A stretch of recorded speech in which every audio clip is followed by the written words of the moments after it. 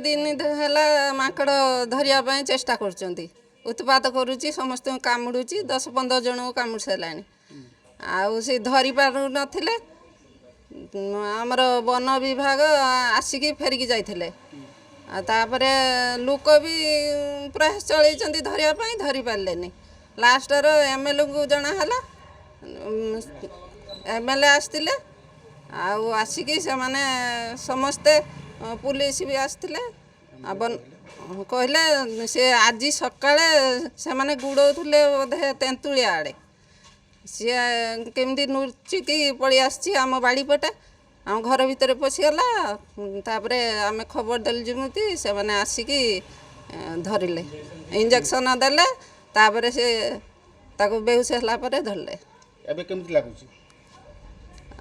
माने आमको टिके सांत्वना लगुच माकड़टा टेंशन दौला समस्त कामुड़ा हैरान करूला आ धरी नहीं गले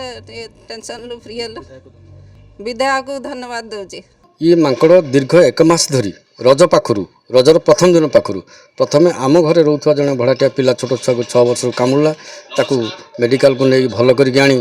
आणिलु तापर लोक घर द्वार बाड़ी पछक जापारे बजार घाट आसीपारे जिते आसिले आम दलीय हो दल बल सहित बजार को जावाक पड़ा आमको पूरा असह्य हो से दिन पहरदिन माकड़ को धराई टी असावधान कारण खसी जाता माननीय विधायक श्री सीतांशु शेखर महापात्र महोदय यहाँ गुरुत्वर सहित नेले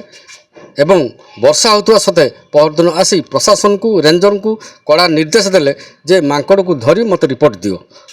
आज जाऊ से सुदिन आसला एवं या पछरे आम जो सांबादिक भाई मानकर प्रचंड हाथ रही से आमको सब कोऑपरेट करिसंती सेमान सब आमको पचार माकड़ कथा कौन है माकड़ जो जो पोजिशन थिला जो खबर से संग्रह करती या घरे बसी ता घरे बसी आमको जनाती आम ग्रामवासी माने राति उजागर रही साहाय्य करूँ